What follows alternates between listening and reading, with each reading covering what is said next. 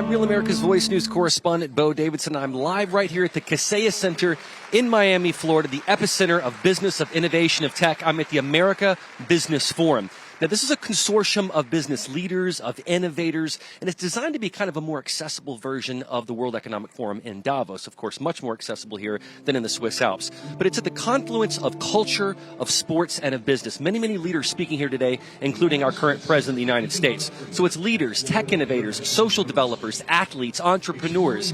AI is a big theme here today. The USA is being presented as the economic powerhouse and investment powerhouse. The 2025 theme for this conference is The World Meets in America. Now, this spotlights Miami as an epicenter, sort of a bridge between North America and South America. This conference was actually started in the small country of Uruguay, a country of only about 3 million people, and it has since bridged over. This is 10th inception, 10th edition, now here in Miami. Miami leading the way in terms of innovation, entrepreneurship, tech innovation, AI. Right now, the Saudi ambassador to the United States is speaking on stage with Miami Mayor Francis Suarez. Suarez says that he thinks Trump's recent travels have been transformational in his presidency. And so Donald Trump will be speaking here in just a bit, probably somewhere in the time frame of 1 p.m. or a little thereafter. His speech is supposed to focus on the economic agenda that he has and the investments that he has secured abroad. Remember his recent Asian tour, Malaysia, Japan, even meeting with Xi Jinping. And it may be a rebuke of the elections that happened yesterday and the direction that Democrats are pushing this country economically. So Trump will focus on deregulation, energy independence, oil prices coming down, and affordability. Affordability has been a major issue top of mind for many Americans. Earlier today, Corina Machado spoke. She's the Nobel Peace Prize winner. She said that Venezuela, her native Venezuela, will be free. She says that Nicolas Maduro is not a state leader because he's the head of a narco-terrorist country. And of course, Donald Trump has designated narco-terrorist countries as being on our terrorist watch list. So Maduro started the war.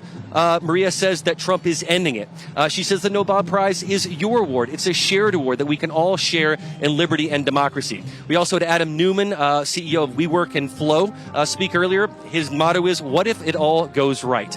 Other speakers today are going to be the Saudi ambassador to the U.S., as I mentioned on stage. Tony Robbins will be speaking. President Trump, like I said, a little after 1 p.m. Ken Griffin, the CEO.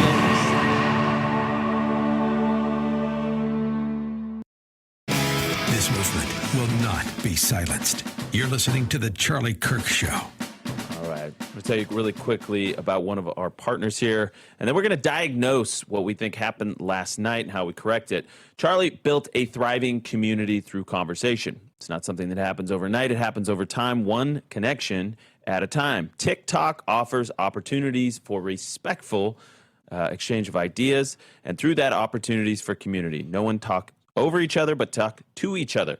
You'll find creators who teach and encourage on TikTok. A carpenter passing on his craft, a mom explaining how to make a budget stretch, or a gardener showing us how to bring a backyard back to life. These are different stories, but the same drive, the desire to connect and to be understood and to understand.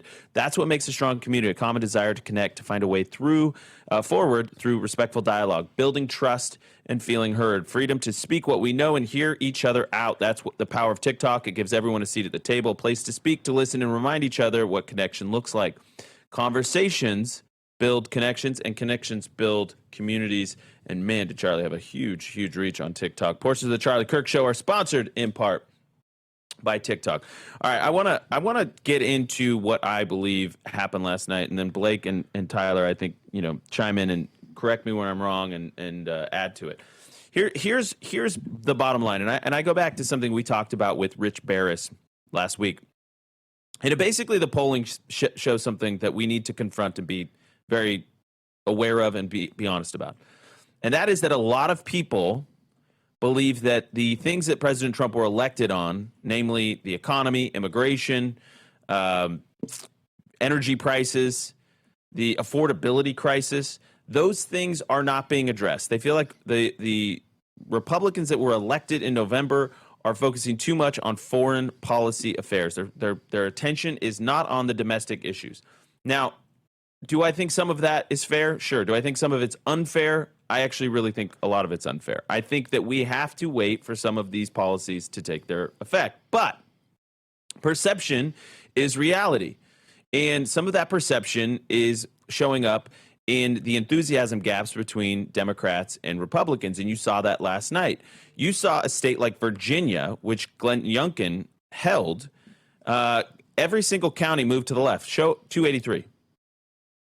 Put 283 up there if you can. This is a map of Virginia, and every single county moved to the left. There's not one red arrow on that county. And what's happening is you're getting a lot of normie sort of working class, ethnic minority voters that said, hey, Trump's good at making me money. I had more money in my pocket when President Trump was president the first time, who just come out to the polls because they thought, hey, I'm poor now. I'm gonna give the other guy a shot. And they don't feel that yet. They don't see it yet. And again, perception is reality. We have to do these big, audacious, crazy, policies where, I mentioned to Rich Barris, we need a Hoover Dam. Obviously, we're not going to be building a dam in 2025, but we need these big visual markers to say, hey, we're breaking ground on this big thing. We're focusing on this big thing. We're delivering for our voters.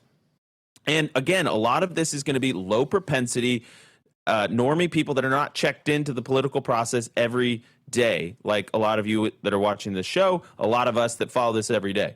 They need big wins that make them feel a certain way, that make them feel like the politicians they elected to office and to power are doing the work that they elected them to do. It's the economy, stupid. I know that it's cliche at this point, but that's true. And we see that in the polling. There's too much focus on these external affairs. The only one of the domestic policy fronts that President Trump is scoring high on right now is immigration.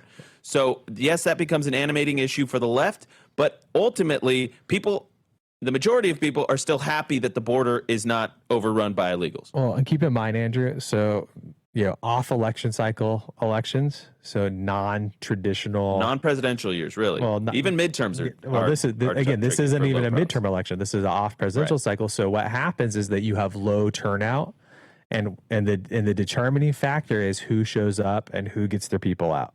So it's 2 points. I was about to get to that point. So the first point is enthusiasm gap. And right now, we're just being honest here. Enthusiasm drives turnout. Yeah, enthusiasm is down for us right now because of a couple things. I think, again, it's this foreign policy fixation. Are those wins important? Yes, because when we have peace in the world, we're allowed to focus on domestic issues. So you almost have to fix all the garbage that was going on in order to be able to fixate on the domestic policy issues. But again, perception's reality. We need to, as many of these foreign trips and all this stuff, it's really important. It's good. We need to actually message equally, if not way more so, on the domestic wins, the domestic achievements here, right? Then you pair that with an enthusiasm gap. You pair that with something that Data Republican mentioned really quick. Throw up image 300. And she's looking across Indeed and the job sites, and she found over 6,000 jobs for grassroots. These are civic engagement people. This would be ballot chasers on the left. Now so here's the pairing of these two nodes. You've got to have the infrastructure to drive low propensity voters out, but you also have to have policy wins and candidates that are that inspire enthusiasm. It's a both and. All right. So in 2024, Kamala Harris still had, and the Democrats still had the edge on ballot ground game stuff. Yeah. They had more people out in the field. My mom in Nevada, swing state, had her door knocked on about 14 times. Yeah. She was throwing out all of the paperwork they were leaving, the pamphlets and all this stuff, because she didn't want to vote for Kamala. It didn't matter. My mom's kind of a swing voter, actually. She's proudly independent. I've been working on her for years. But the point is, because she was on their radar, she got hit up a lot. Okay, it didn't matter because for Kamala, she was a bad candidate. Okay, Trump was coming in after a disastrous 4 years. People were ready for change. Okay.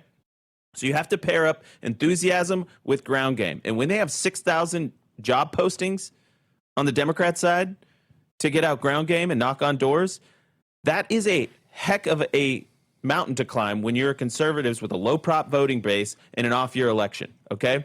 So the point is this. Focus on domestic.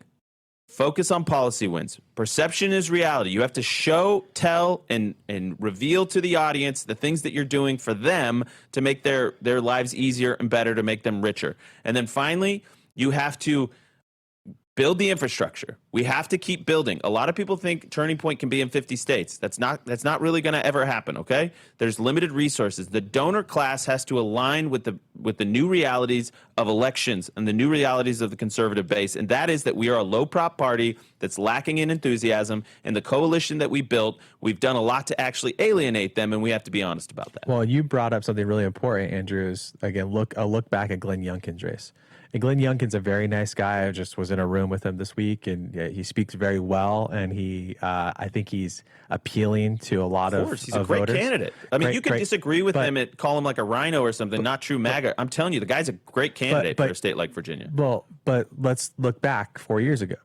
Let's look back to when he ran. When he ran, he won because the moms showed up big time. Mm-hmm. Because if you remember, the enthusiasm. Really so the enthusiasm wave that he rode on was, remember, there was this entire scuffle that was happening across the state of Virginia, where parents were showing up to school board meetings, and that gave them the wave, the enthusiasm lift for him to win. Well, let's check this out. So throw up image 296. I think this is really telling. Virginia AG race by gender.